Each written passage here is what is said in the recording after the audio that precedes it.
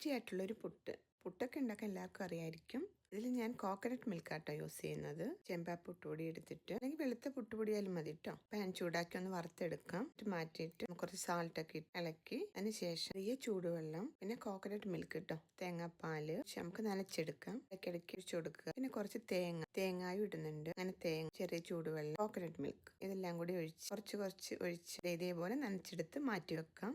ഉപ്പ് ആവശ്യത്തിന് ചേർക്കണം കേട്ടോ. ഇനി പുട്ടുകുടത്തിൽ വെള്ളം വെച്ചിട്ട് അത് തിളയ്ക്കാൻ വെക്കുക. ഈ സമയത്ത് പുട്ടുകുറ്റിയിൽ തേങ്ങ, നനച്ച അരിപ്പൊടി, വീണ്ടും തേങ്ങ, നനച്ച അരിപ്പൊടി, അങ്ങനെ അത് ഫില്ല് ചെയ്തെടുക്കാം.